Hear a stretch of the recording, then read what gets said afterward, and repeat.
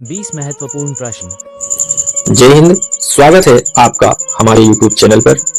आइए आज डिस्कस करते हैं पेडागॉजी के इम्पोर्टेंट क्वेश्चन पर। पहला प्रश्न स्क्रीन पर है, देखिए। बच्चों में सीखने की सबसे प्रभावी प्रक्रिया कौन सी मानी जाती है? ऑप्शन ए रटना, बी सक्रिय सहभागिता, सी दंड, डी मौन अध्ययन। तो बच्चों में सीखने की सबसे प्रभावी प्रक्रिया जो मानी जाती है वह है सक्रिय सहभागिता, यानी कि ऑप्शन नंबर बी सही है। नेक्स्ट,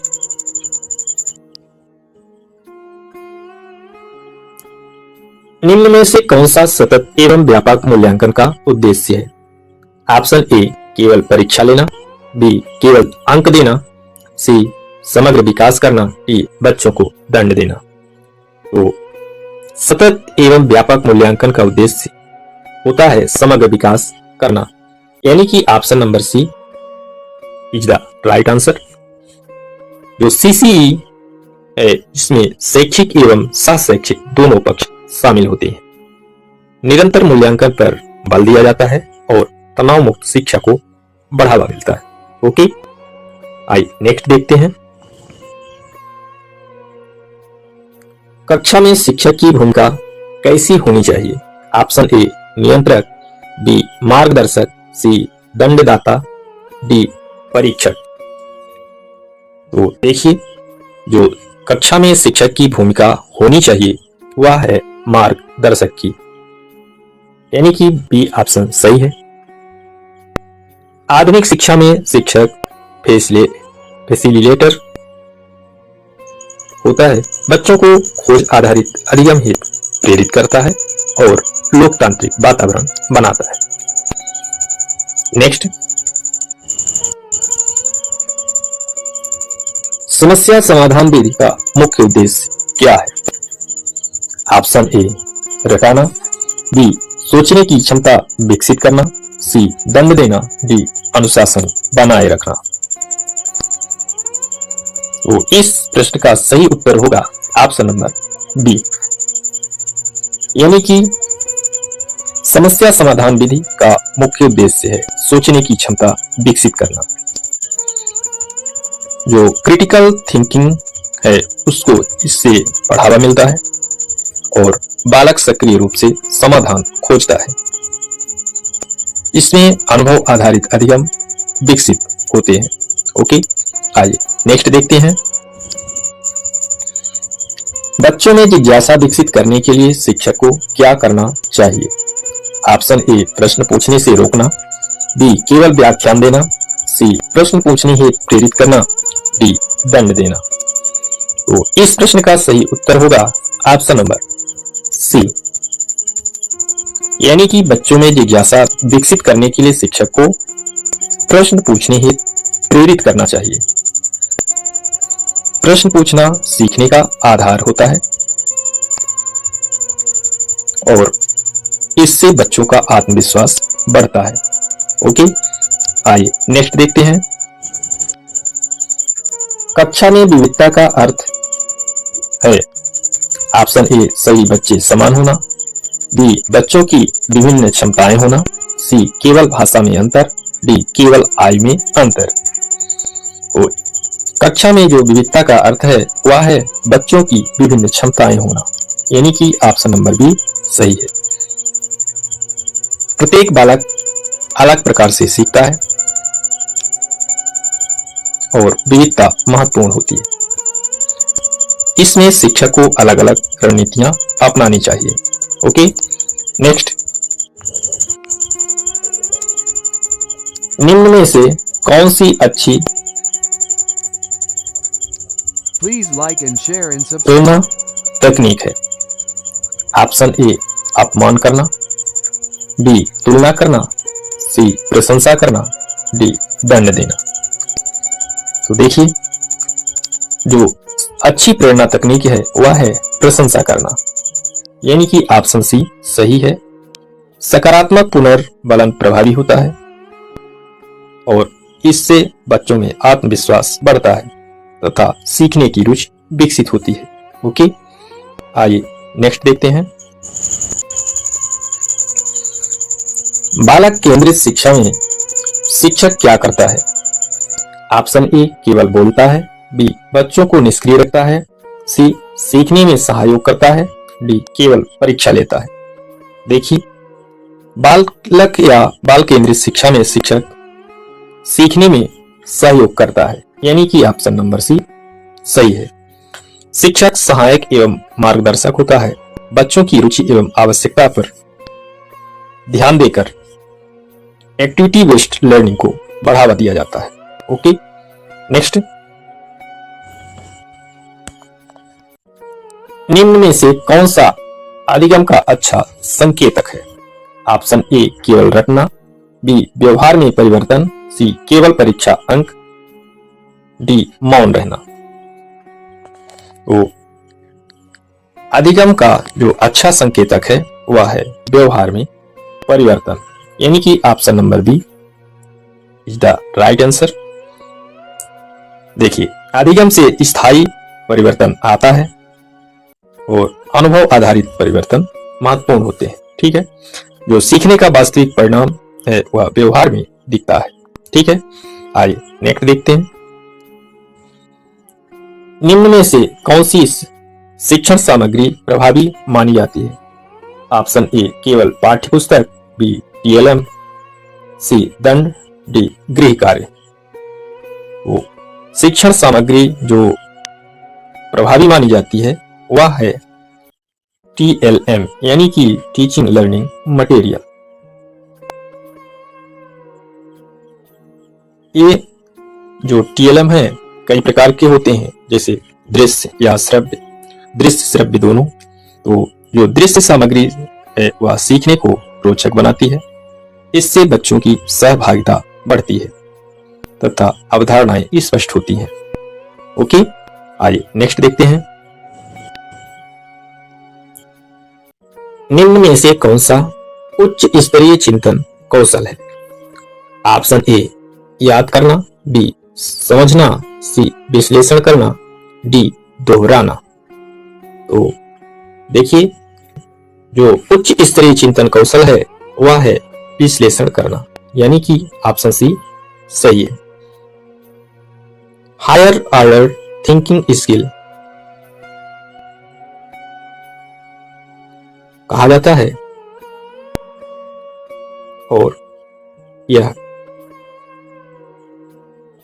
ब्लूम टेक्सोनोमी से संबंधित होता है। इसमें से तार्किक क्षमता विकसित होती है। ठीक है, आइए नेक्स्ट देखते हैं। कक्षा में अनुशासन बनाए रखने का सर्वोत्तम तरीका क्या है? ऑप्शन ए दंड देना, बी डर पैदा करना, सी सहभागितापूर्ण वातावरण बनाना, डी चिल्लाना। देखिए, इस प्रश्न का सही उत्तर होगा ऑप्शन नंबर सी, यानी कि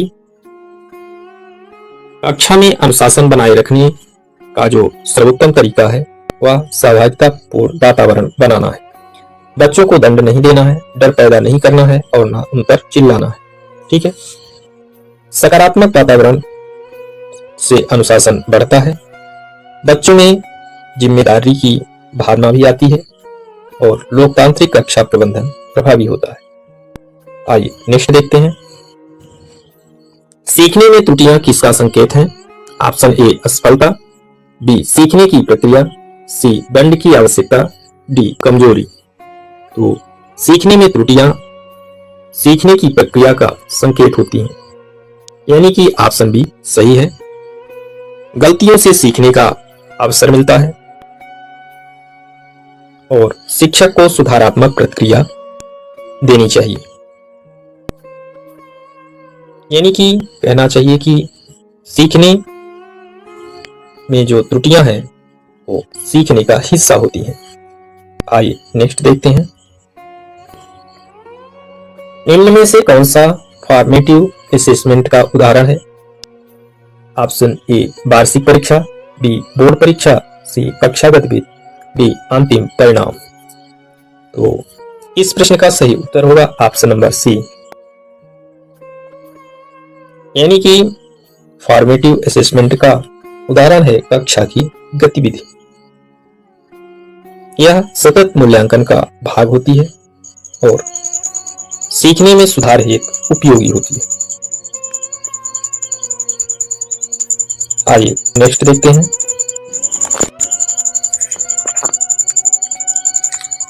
बच्चों में सहयोगात्मक अधिगम कैसे विकसित होता है?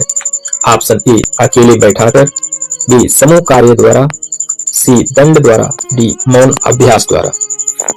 तो बच्चों में सहयोगात्मक अधिगम समूह कार्य द्वारा विकसित होता है, यानी कि ऑप्शन बी सही है। यह कोऑपरेटिव लर्निंग को बढ़ावा देता है और इससे सामाजिक कौशल विकसित होते हैं तथा टीम भावना बढ़ती है। Okay, next. निम्न में से कौन सा बाल विकास का सिद्धांत है?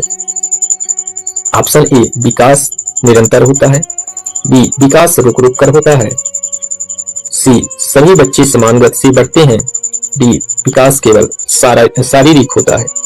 तो देखिए, जो बाल विकास का सिद्धांत है वह यह है कि विकास निरंतर होता है, कभी रुकता नहीं है, इसलिए option A is the right answer.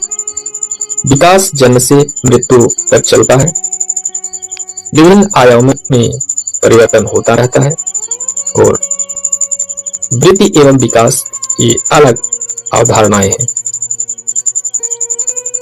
आइए नेक्स्ट देखते हैं। प्रभावी शिक्षा का मुख्य उद्देश्य क्या है? ऑप्शन ए केवल पाठ पूरा करना, बी बच्चों को सक्रिय सीखने हेतु प्रेरित करना, सी अनुशासन बनाए रखना, डी गृह कार्य देना। तो इस प्रश्न का सही उत्तर है ऑप्शन नंबर बी बच्चों की सक्रिय सीखने हेतु प्रेरित करना, यानी कि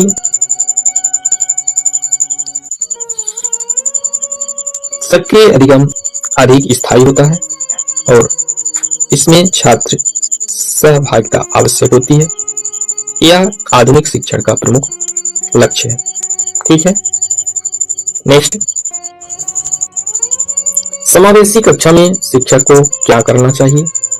ऑप्शन ए केवल तेज बच्चों पर ध्यान देना, बी सभी बच्चों को अवसर देना, सी कमजोर बच्चों को अलग बैठाना, डी तुलना करना। तो इस प्रश्न का सही उत्तर होगा ऑप्शन नंबर बी, यानी कि समावेशी कक्षा में शिक्षक को सभी बच्चों को अवसर देना चाहिए। इंक्लूसिव एजुकेशन समानता पर आधारित है, विविध आवश्यकताओं का इसमें सम्मान होता है तथा प्रत्येक बालक महत्वपूर्ण है। नेक्स्ट। सीखने का सर्वोत्तम वातावरण कौन सा है? ऑप्शन ए भययुक्त, बी तनावपूर्ण, सी सहयोगात्मक, डी दंडात्मक। तो देखिए, इस प्रश्न का सही उत्तर होगा ऑप्शन नंबर सी, यानी कि सीखने का सर्वोत्तम वातावरण सहयोगात्मक है। सहयोग से सीखना अधिक प्रभावी होता है। सकारात्मक वातावरण आत्मविश्वास बढ़ाता है तथा सामाजिक अधिगम को इसे बढ़ावा मिलता है। ठीक है, आइए नेक्स्ट देखते हैं।